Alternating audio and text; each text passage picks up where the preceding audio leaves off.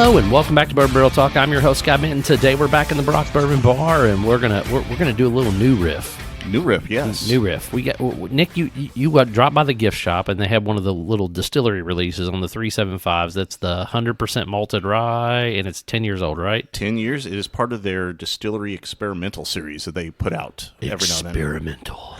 Yep. Family, we were up there in that area. We usually try to go up there to go to Newport in that just general vicinity. We like to go up to Hofbrauhaus, German place. Took Noah to the aquarium. Oh yeah, I have obviously the aquarium. That's always like one of our traditional trips. But the tradition for me is going to Hofbrauhaus, getting a liter of beer, and just having some schnitzel or bratwurst or Mettwurst. Did you wear your lederhosen? No, the last time I wore it, unfortunately, I was doing a keg toss and I ripped them. Uh-oh. They're lederhosen. Lederhosen, whatever. But I think Barbara still has a dirndl. Mm-hmm. There you go. That's cool. I do. I got it. I got this. All right. So, as you said, this is a 10-year, 100% malted rye. It is 118.8 proof. 118.8? Yes, 118.8. That's 159.4. You mean 59.4, not 159. 159.4. Damn. Are you trying to kill us? That really elevated. Yeah, no, 59.4. Apologize on that one. 318 per I don't think that's possible, Nick. So these were sold in 375 size bottles, and this is bottle number 36 of 437. Well, it couldn't be a single barrel then. It must have been a blend. No, it could be. 300 on a 10-year-old? No, there's no way. 400 at 375? Yeah, there's no way. Really? That means there was over 200 bottles in that. That's probably 2 barrels. It's probably a really, really small batch.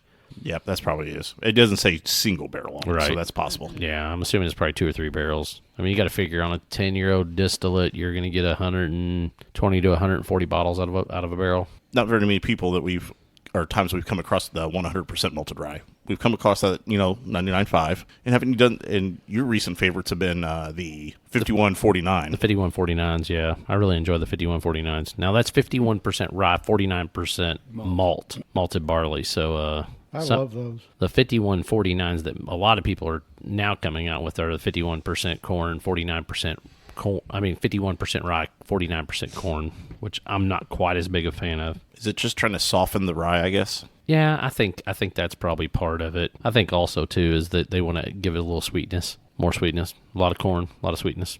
What would keep them from doing 49% wheat? I'm not sure how that would turn out. I mean, it would just be super untraditional. I mean, that's all. I mean, there are places that are doing wheat and rye together. I mean, we know your boys from Larrikin, the fellas up at Indy. West Fork, yeah. West Fork. So it's just not traditional. That's all. The nose on this thing is just got all kinds of crazy stuff going on. About to say, I've nosed it about 4 times, and I've gotten about 4 different flavors out of it. The funny thing is, that it's got a little ethanol to it too. It's going right up my right nostril. Your right nostril is nasty. It's got hairs to singe. It could be. Ooh. I don't get it in the nostrils. Don't say anything yet. In my eyes. I'm not saying nothing yet, Nick. I'm just saying that's got some differentness to it. I'm trying to pick up that fruit note. Man, the cat's jumping around, getting crazy back in the background there. Yeah, the cat's parkouring behind us. That's right. Parkour pussy. Somebody started it. You finished it. Well, listen. My wife always says if you draw a line in the sand, my fat ass is going to jump clear over it. I don't just walk up to it. I jump that bad boy. It's probably Barbara's cat. Yeah. No, it's not. It's not. It's Nick's cat? Yes. What is that? I'll tell you what, and I know the legend's going to give me shit. There's a ton of baking spice on this thing. I mean, it's got allspice, cardamom. It's got, cinnamon. I mean, it's got everything. I would agree with you. Mm-hmm. I'm just saying, you always go, all you get is baking spice, Scotty. Blah, blah, blah. I know, but I would agree with you this time. At the same time, this one, you can actually pinpoint a lot more of the different baking spices instead of just kind of generalizing. Yeah. And I think that's really kind of a neat thing. Is that apple or is it pear? I'm really struggling. It's such a unique. The thing is, whenever you said that, I was already thinking kind of like a flesh fruit of sort. Yeah, I wasn't sure which way to lean on that. Yeah. And then it could be a crapple. Yeah. The other thing I'm getting, but it might tie into everything that you're putting on there. It's almost like a little bit of allspice. but it's that combination. Yeah. No, for He sure. said that. I was just listening to the cardamom and everything else. So Yeah. I'm honestly He getting just it missed like the an apple allspice. snickerdoodle. You know, I'm not hating that description. I'm not sure I'm getting anything that's as sweet as a snickerdoodle from Nope. that baking spice, like that doughiness that you would get from like a sweet snickerdoodle.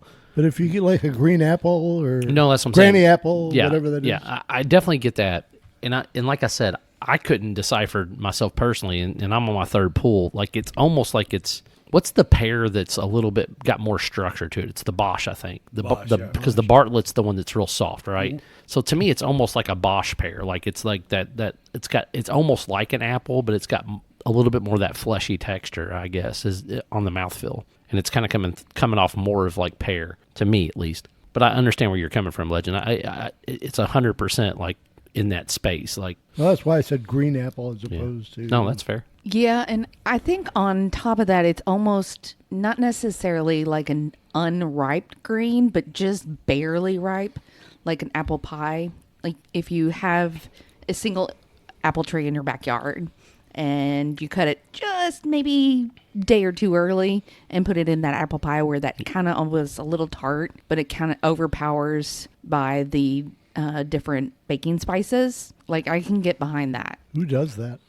Yeah, there's a touch. My grandmother. There's a touch of Green. Like the more I drink it, like on the front palate. I'm really trying to wrap my mind around this one. It's got a lot of complexity to it. It really does. I'm just happy it's not going into the mint dill vicinity. I mean, There's a tiny hint there's- there. yeah. But I'm saying we're mainly getting the baking spice. Yeah. We're not getting that subsection. I'll be honest with you. I think the more this thing opens up and the more you drink it, like the more pulls you hit, I think it's going to start getting more of that minty note coming through. But it's more like that spearmint. Like it's like spearmint / Andes mint. You know, there's no chocolate, but it's kind of that flavor profile. I'm going to go completely different.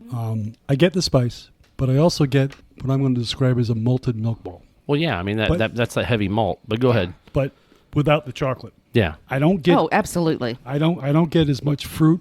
excuse me, as the rest of you are talking about. But the malt is just there, and it's permeating my palate, and the spice is it's there, and then it's gone. I'm going to throw out something different here real fast because I'm having a hard time just kind of grasping the true fruit flavor that you guys might be getting. I'm almost experiencing it as you decide to you're cutting or you're peeling the apple or the pear, and you actually just take a bite of that skin. Yeah. That might have just a little bit on it. Yeah. That's where I'm kind of getting some of that flavor, where you're not getting that full fruit experience, but you're just getting like that little hint flavor of it. Yeah, I kind of like.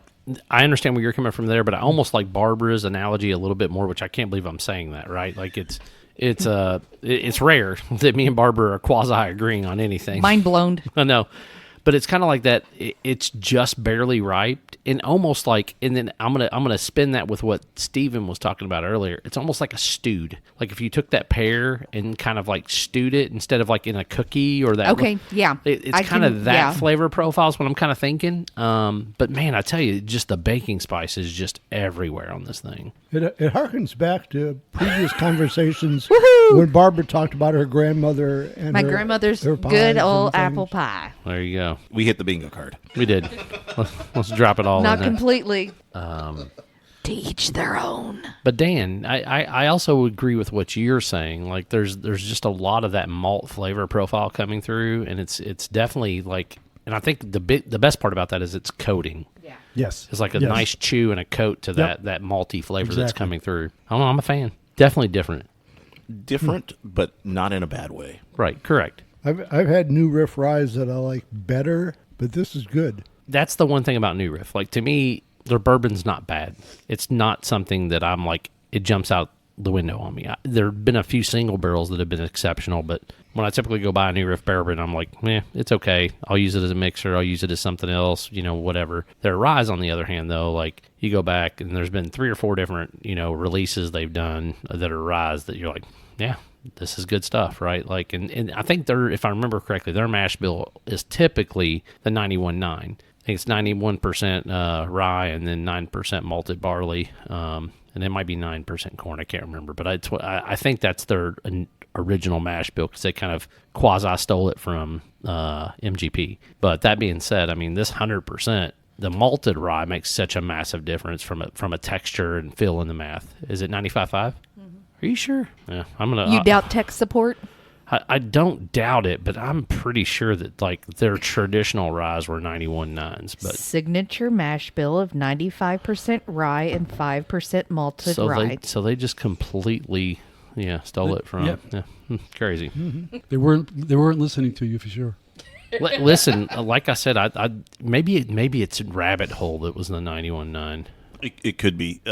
They did mention though that some of the single barrel, the bottom bond and single barrel releases is a twist on the traditional 95.5, doing rye malted barley by substituting the barley with malted rye. Gotcha. Well, I don't know. Go figure. Solid high 7, low 8 on this one. I was going to call about an 8 on it. So yeah, you're in the same ballpark as me. I'd say 8.5. Barbara's leaning in on it. I like this one. I really, really like this one. I like this one too, but I'm going to give it a 7.5. Okay. Legend? I like it, but I'm going to go a little bit lower and say 7. 7. All right. Listen, all quality scores. That means there's good bourbon in this bottle, so. You mean rye? I mean that rye, yeah. Blah, Just call blah, it blah. whiskey. The whiskey. I've moved to saying a lot of stuff as whiskey because whenever I'm just talking, I don't want anybody to correct me because I misspoke. But it's the catch-22 of it. I appreciate you, Nick. Though it's fine. We still would have corrected you if you said whiskey. 100%. That's fine. So, but yeah, I think that's our review of this new Riff. If you get over to the gift shop and you see one of the 10-year-old 100% malted ryes, we're going to say pick it up. They may not have this exact bottle or batch there, but, hey, it's probably worth a try to at least pick it up. I'm about to say with 400 bottles and we got number 36, I think that's fair game that it's probably still there because this is only about maybe just a little bit a month ago that we picked it up. Gotcha. So it's probably still there at the gift shop. So and do you remember what the price point was on these bad boys?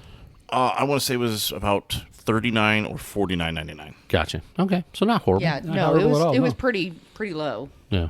So that puts it at if we go by the year theory, right? Yeah, it's about $9 a year. $10 a year. Yeah.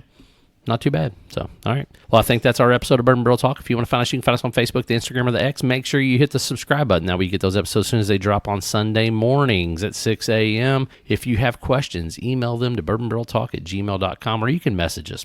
We'll take a message on Facebook or Instagram. This is Scott, Dano, the Legend, and the Brock signing off. Peace. Shalancha. Prost. Bye.